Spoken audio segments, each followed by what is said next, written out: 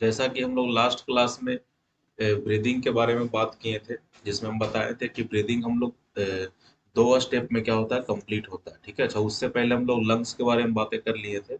ठीक है, तो आज हम लोग को थोड़ा सा बिल्कुल लास्ट पार्ट, चैप्टर का बिल्कुल लास्ट पार्ट हम लोग को बात करना है। ठीक है, हम लोग मैकेनिज्म ऑफ ब्रीदिंग का बात किए थे, जिसमें हम बताए थे कि ब्रीदिंग हमारे पास क्या है, दो स्टेप में कंप्लीट होता है। ठीक है, एक हमारे पास क्या था, इंस्पायरेशन।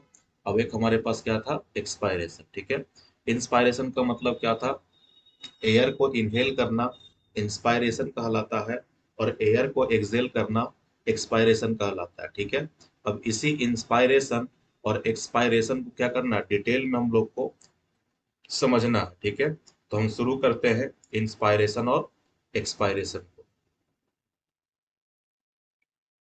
तो हम एक एक करके बात करेंगे। तो सबसे पहले बात करने वाले हैं किसके बारे में, इंस्पायरेशन के बारे में। ठीक है, तो अगर इंस्पायरेशन का हम बात करें,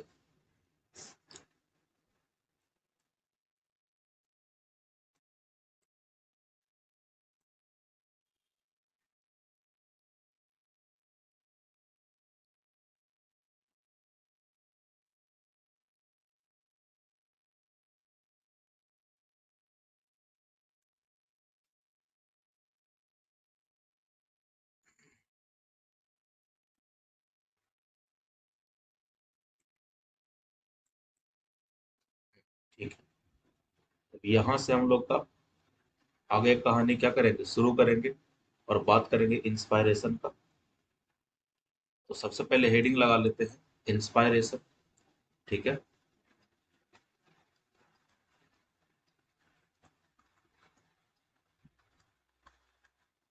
तो अगर इंस्पायरेशन का बात करें तो इंस्पायरेशन हम लोग क्या समझे थे कि एयर को इनहेल करना क्या कहलाता है, इंस्पायरेशन कहलाता है। ठीक है, अब देखिए जो इंस्पायरेशन है ये काफी टफ प्रोसेस है। ठीक है, बाकी आसान तरीके से इसको क्या करेंगे, हम लोग एक्सप्लेन करेंगे। ठीक है, तो इसमें हमारे पास अगर बात करें तो इंस्पायरेशन के लिए मान लीजिए एक व्यक्ति जिसका लंग्स, मतलब एक व्यक्ति जिसमें अभी इंस्पायरेशन नहीं हुआ है, मतलब एक व्यक्ति अभी अभी क्या किया, एक्सपायरेशन किया है। ठीक है, तो एक व्यक्ति अभी अगर एक्सपायरेशन किया है तो उसका लंग्स आपको इस स्टेट में क्या होगा, दिखाई देगा, जैसा कि हम बना रहे हैं। ठीक है, तो ये एक लंग्स का डायग्राम।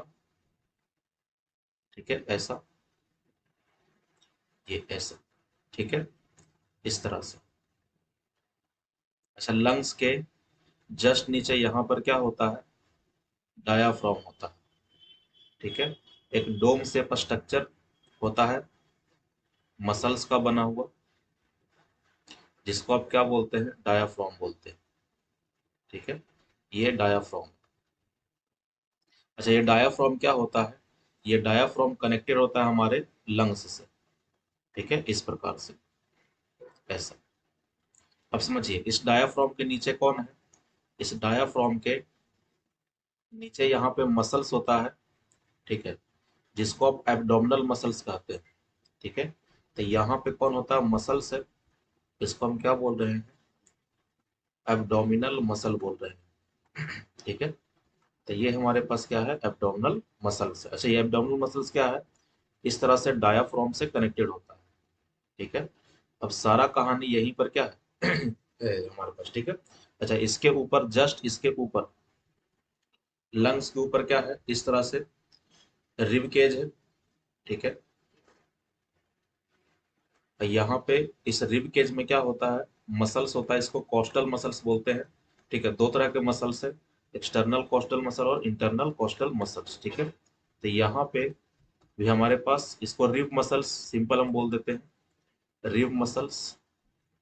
ठीक है, समझिए क्या होगा, ये सारा कहानी यहीं पर है। देखिए, मान लीजिए अभी क्या है, एक व्यक्ति अभी एक्सपायरेशन किया, इसको इंस्पायरेशन स्टार्ट करना है।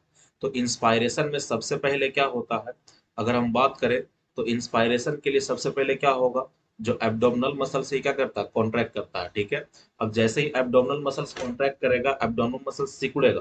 तो जैसे ही एब्डोमिनल मसल सिकुड़ता है ना, तो एब्डोमिनल मसल्स क्या करता है, इस डायाफ्राम को नीचे की ओर क्या कर देगा, पुल कर लेगा। ठीक है, तो ये क्या करता है, एब्डोमिनल मसल्स जब कॉन्ट्रैक्ट करता है तो ये डायाफ्राम क्या हो जाता है, नीचे की ओर पुल हो जाता है, जिसके वजह से अब डायाफ्राम जैसे नीचे आएगा तो ये डोम शेप से अभी कैसा है, ये अभी डोम शेप है, ठीक है, ये डोम शेप है।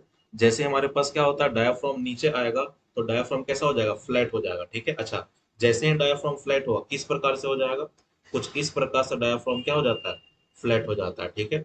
अब जैसे ही डायाफ्राम फ्लैट होगा, जैसे ही डायाफ्राम फ्लैट होगा, जैसे ही डायाफ्राम फ्लैट होगा, तो यहाँ पे क्या होगा, जो हमारे पास लंग्स है वो भी क्या करेगा, नीचे की ओर मूव कर जाएगा, ठीक है। हमारे पास जो लंग्स है ये भी क्या करेगा, नीचे की ओर मूव कर जाएगा, कुछ इस प्रकार से, ठीक है। अच्छा, जैसे ही लंग्स नीचे की ओर मूव करेगा, जैसे ही लंग्स क्या करेगा, नीचे की ओर मूव करेगा, तो लंग्स के अंदर का जो वॉल्यूम है वो क्या हो जाएगा, इंक्रीज कर जाएगा, ठीक है। लंग्स के अंदर का वॉल्यूम क्या करेगा, इंक्रीज करेगा। और जैसे ही लंग्स के अंदर का वॉल्यूम इंक्रीज करेगा, जैसे ही लंग्स का अंदर का वॉल्यूम क्या करेगा, यहाँ पे क्या हुआ है, जो लंग्स का वॉल्यूम ये इंक्रीज कर जाएगा, ठीक है। दूसरा बात, सेम इसी टाइम पे क्या होता है, जो रिब मसल्स है ये भी कॉन्ट्रैक्ट करेगा, ठीक है। एब्डोमिनल सबसे पहले कॉन्ट्रैक्ट कौन करेगा, तो एब्डोमिनल मसल्स कॉन्ट्रैक्ट करता है, ठीक है। और दूसरी बार में कौन करता है, रिब मसल्स कॉन्ट्रैक्ट करता है, ठीक है। अब जैसे ये कॉन्ट्रैक्ट करेगा, देखिए एक तो वॉल्यूम बढ़ा लंग्स कैसे, एब्डोमिनल मसल्स के कॉन्ट्रैक्ट करने से, और दूसरी बार में क्या होगा, रिब मसल्स भी कॉन्ट्रैक्ट करेगा, जिसकी वजह से हमारे पास क्या होता है, रिब केज ऊपर की ओर शिफ्ट हो जाता है, ठीक है। और जैसे ही ये ऊपर की ओर शिफ्ट हो जाएगा, तो हमारे पास क्या होता है, लंग्स का वॉल्यूम और ज्यादा बढ़ जाता है। अब एक बात समझिए, हमारे पास अगर बात किया जाए, तो बाहर जो एयर है, बाहर जो एयर है, इस एयर का हमारे पास क्या होता है, इस एयर में अगर प्रेशर का हम बात करें, तो प्रेशर प्रेशर कितना होता है, 1 atm होता है। अब देखिए हुआ क्या है, हुआ ये है कि लंग्स का वॉल्यूम इंक्रीज किया है, तो लंग्स के अंदर का जो एयर प्रेशर होगा, लंग्स के अंदर जो एयर प्रेशर होगा, वो 1 atm से क्या हो जाएगा, कम हो जाएगा। मान लेते हैं कि 0.9 atm हो गया है। अब जैसे ही अंदर का प्रेशर कम होगा, तो बाहर से एयर क्या करेगा, अंदर आना शुरू कर देगा, ठीक है। बाहर से अंदर एयर क्या करेगा, आना शुरू कर देगा। और आने के बाद ये सारा का सारा एयर कहाँ चला जाएगा, तो इस तरह से अल्वियोलाई के अंदर क्या हो जाएगा, स्टोर हो जाएगा, ठीक है। अब जैसे ही अल्वियोलाई के अंदर स्टोर होगा, अब इसके बाद का कहानी क्या होगा, एक्सचेंज ऑफ गैस होगा, किसके साथ, ब्लड के साथ, ठीक है। तो सबसे पहले हम 2-3 लाइन लिख देते हैं कि इंस्पायरेशन में हुआ क्या क्या है, ठीक है। तो नीचे में हम क्या करते हैं, 2-3 लाइन पहले लिख देते हैं। तो पहला, सबसे पहला काम क्या हुआ है, तो हम बोलेंगे कि for inspiration, for inspiration abdominal muscles first abdominal muscles, abdominal muscles get contract, get contract. that's why that's why that's why diaphragm, that's why diaphragm, that's why diaphragm shifted, that's why diaphragm shifted in backward direction, नीचे की ओर आ जाएगा, backward direction, ठीक है। ये नीचे की ओर हो जाएगा, जिसके वजह से, जिसके वजह से क्या हो जाएगा, जिसकी वजह से क्या हो जाएगा, volume of lungs, volume of lungs get increase, ठीक है। जिसकी वजह से क्या हो जाएगा, volume of lungs get increases, ठीक है। अब जैसे ही वॉल्यूम ऑफ लंग्स इंक्रीज करेगा, तो जैसे ही वॉल्यूम ऑफ लंग्स इंक्रीज करेगा, ठीक है, तो सेम इसी टाइम पे, at this time, at this time rib muscles, rib muscles also get contract, also get contract. that's why that's why volume of lungs, volume of lungs also increases. अब जैसे ही volume of lungs increase करेगा, तो air pressure, air pressure inside the lungs, inside the lungs gate decrease. अब जैसे ही inside the lungs का होगा, air pressure decrease करेगा, तो हमारे पास air air move from environment to air move from environment to the lungs. जो air है ये क्या करेगा, एनवायरमेंट से लंग्स की ओर मूव करना शुरू कर देगा, और लंग्स की ओर मूव करके एयर क्या हो जाएगा, स्टोर हो जाएगा कहाँ पे, अल्वियोलाई में। ठीक है, तो air get stored in stored in alveoli. ठीक है, तो ये क्या हो जाएगा, अल्वियोलाई में जाकर के जमा हो जाएगा। अब एक बात समझिए, अब जैसे ही अल्वियोलाई में जाएगा तो यहाँ पे क्या होगा, एक्सचेंज ऑफ गैस होगा। ठीक है, तो यहाँ पे क्या होगा, तो अगला स्टेप क्या होने वाला है, यहाँ पे एक्सचेंज ऑफ गैस होने वाला है। ठीक है, किसके साथ, विथ ब्लड के साथ। ठीक है, तो अब क्या होगा, exchange of gas with blood. कैसे होगा इस बात को समझिए, हम डायग्राम से क्या करते हैं इसको भी बताते हैं। जैसे मान लिया जाए कि ये हमारे पास क्या है, अल्वियोलाई है। ये मान लेते हैं क्या, अल्वियोलाई। ठीक है, अल्वियोलाई में क्या हुआ है, एयर आके स्टोर हुआ है। ठीक है, अच्छा इस एयर में अगर आप बात करें इस एयर में अगर आप बात करें, इसको थोड़ा सा ऊपर कर लेते हैं। इस एयर में अगर आप बात करें तो यहाँ पर हमारे पास क्या है, O2 का अमाउंट यानी ऑक्सीजन का अमाउंट क्या होगा, ज्यादा होगा, और CO2 का अमाउंट क्या होगा, कम होगा। ठीक है, अब एक बात समझिए अब एक बात समझिए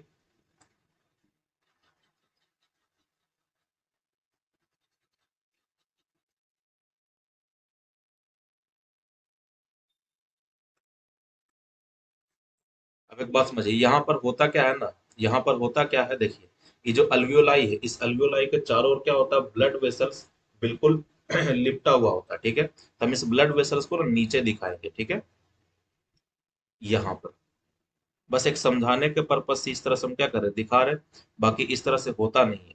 ठीक है, तो ये हमारे पास क्या है, मान लिया जाए ऐसा। ठीक है, मान लिया जाए कि इस तरह से क्या है, ब्लड वेसल से। ठीक है, और यहाँ पर कोई सेल है, यहाँ पे क्या है, कोई सेल है, जिस सेल में क्या बैठा हुआ, ग्लूकोज बैठा हुआ रहेगा। ठीक है, तो ये अपना ब्लड वेसल्स, जिसमें क्या बैठा हुआ, आरबीसी। ठीक है, मान लेते हैं ये ब्लड वेसल्स है। इस तरह से तो नहीं होगा, बीच में हार्ट भी रहेगा। ठीक है, तो बस थोड़ा समझने के लिए इस तरह से हम बना रहे हैं। तो मान लीजिए कि ये हमारे पास क्या है, ब्लड वेसल्स है। ठीक है, और ब्लड वेसल्स में यहाँ पे कौन है, अपना ब्लड। ठीक है, अच्छा यहाँ पे कौन रहेगा, आरबीसी रहेगा। आरबीसी क्या करता है, सुनिएगा, आरबीसी जो है ना वो क्या करता है, यहाँ पर ये मान लीजिए आरबीसी है। ठीक है, ये आरबीसी आरबीसी क्या करेगा, यहाँ से ऑक्सीजन को खींचेगा। ठीक है, और इसको क्या करेगा, लेकर के जाएगा। कहाँ लेकर के जाएगा ये, तो ये लेकर के जाता है हमारे पास सेल्स के पास। अब जैसे ही आरबीसी सेल्स के पास आएगा, तो ये क्या करेगा, सेल को ऑक्सीजन सप्लाई कर देगा। ये सेल को ऑक्सीजन दे देगा, जिसके वजह से ये ग्लूकोज क्या हो जाएगा, इस ऑक्सीजन के प्रेजेंस में टूट जाएगा, और क्या बना देगा, CO2 बना देगा, और साथ में क्या बना देगा, एनर्जी बना देगा।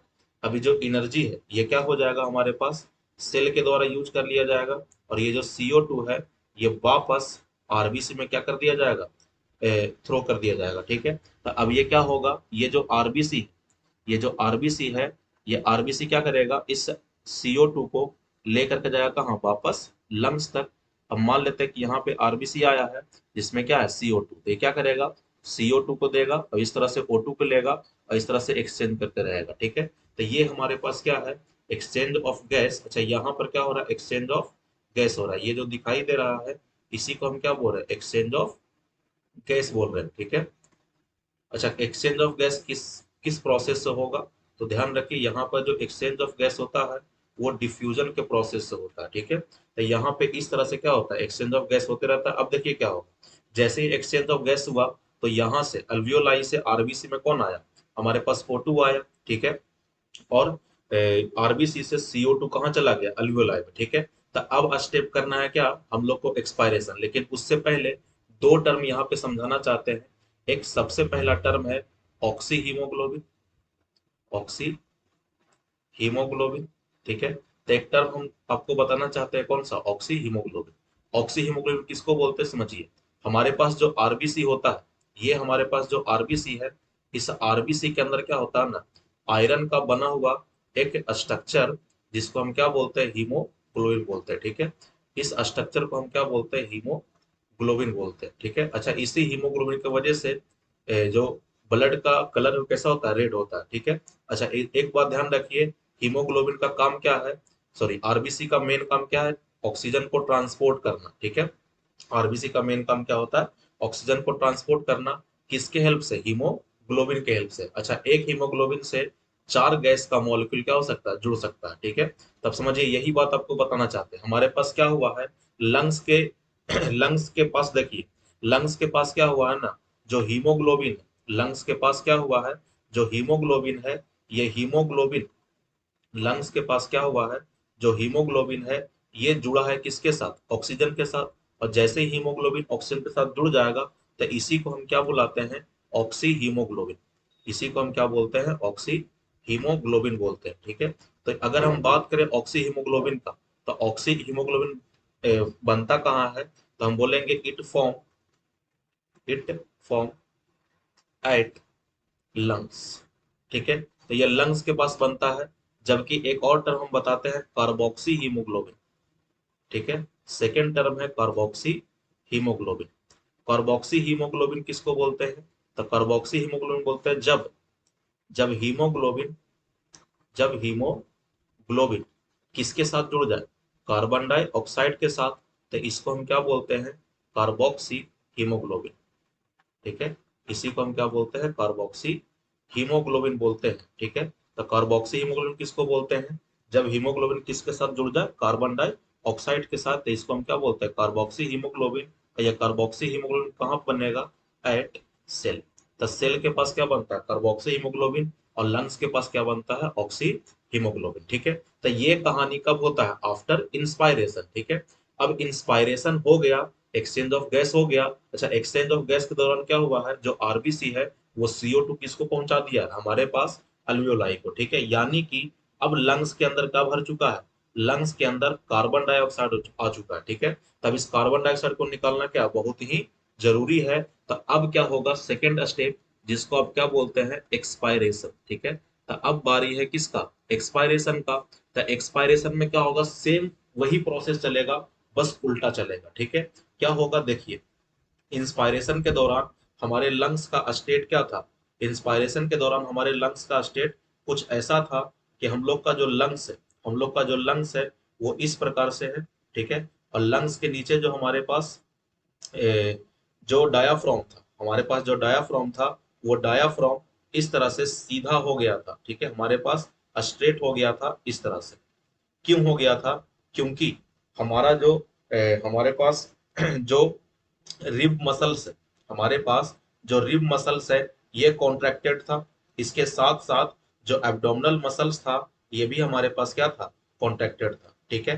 तो यहाँ पे सबके सब कैसा कॉन्ट्रैक्टेड है, जिसके वजह से हमारे पास ये इस स्टेट में दिखाई दे रहा है। अच्छा, अभी क्या है, अभी यहाँ पे CO2 आ चुका है लंग्स के अंदर, ठीक है। तो अब क्या होगा समझिए, अब सब कहानी उल्टा होगा। क्या कहानी होगा, कि जो रिब है, ये हमारे पास क्या हो जाएगा, रिलैक्स कर जाएगा। वहीं पे जो एब्डोमिनल मसल्स है, जो एब्डोमिनल मसल्स है, ये भी क्या करेगा, रिलैक्स करेगा। अब जैसे रिलैक्स करता है, जैसे रिलैक्स करेगा, तो हमारे पास क्या होगा, लंग्स का स्टेट कुछ ऐसा हो जाएगा। जो जैसे रिलैक्स करेगा रिब मसल्स ना, तो क्या होता है, रिब मसल्स नीचे की ओर शिफ्ट हो जाता है। अब जैसे नीचे की ओर शिफ्ट होगा, जैसे ही नीचे की ओर शिफ्ट होगा, तो हमारे पास क्या होगा, लंग्स के ऊपर प्रेशर जनरेट होगा, ठीक है। अच्छा, लंग्स के ऊपर जैसे प्रेशर जनरेट होगा, तो लंग्स के अंदर क्या हो जाएगा, लंग्स के अंदर जो एयर का प्रेशर है, जो एयर का प्रेशर ये क्या हो जाएगा, बढ़ जाएगा, ठीक है। इसके साथ साथ जब ये एब्डोमिनल मसल्स रिलैक्स करेगा, तो डायाफ्राम क्या करेगा, वापस से अपने डोम शेप में चल जाएगा, ठीक है। और जैसे ही ये डोम शेप में जाएगा, जैसे ही ये डोम शेप में जाएगा, तो हमारे पास क्या होगा, ये पूरा का पूरा लंग्स ऊपर की ओर शिफ्ट होगा। और जैसे ही पूरा का पूरा लंग्स ऊपर की ओर शिफ्ट होगा तो और प्रेशर क्या हो जाएगा, बढ़ जाएगा। अच्छा, प्रेशर तो बढ़ेगा लेकिन वॉल्यूम क्या करेगा, लगातार घटेगा। ठीक है, वॉल्यूम क्या होगा लंग्स का, घटेगा। और जैसे ही वॉल्यूम लंग्स घटेगा प्रेशर बढ़ेगा। मान लीजिए प्रेशर क्या हो गया, 1.1 एटीएम हो गया। अब ये प्रेशर, अब ये प्रेशर बाहर कितना है, बाहर 1 एटीएम है, और अंदर कितना हो गया, मान लेते हैं 1.1 एटीएम। तो अंदर में जो अब गैस है ये सब निकल के कहाँ जाएगा, बाहर जाएगा। ठीक है, तो इसी को अब क्या बोलते हैं, बाहर जो अंदर जो हमारे पास एयर है वो सब कहाँ जाएगा, बाहर जाएगा। तो इसी को अब क्या बोलते हैं, एक्सपायरेशन बोलते हैं। ठीक है, तो ये हमारे पास कहानी किसका, एक्सपायरेशन का। तो जस्ट अगर आप उल्टा इंस्पायरेशन का कर दे तो क्या बन जाता है, एक्सपायरेशन बन जाता है। ठीक है, तो इस बात को आप ध्यान रखें। तो ये हमारे पास कहानी है किसका, एक्सपायरेशन का। और यहाँ पे हम लोग का चैप्टर क्या करता है, समाप्त करता है। ठीक है।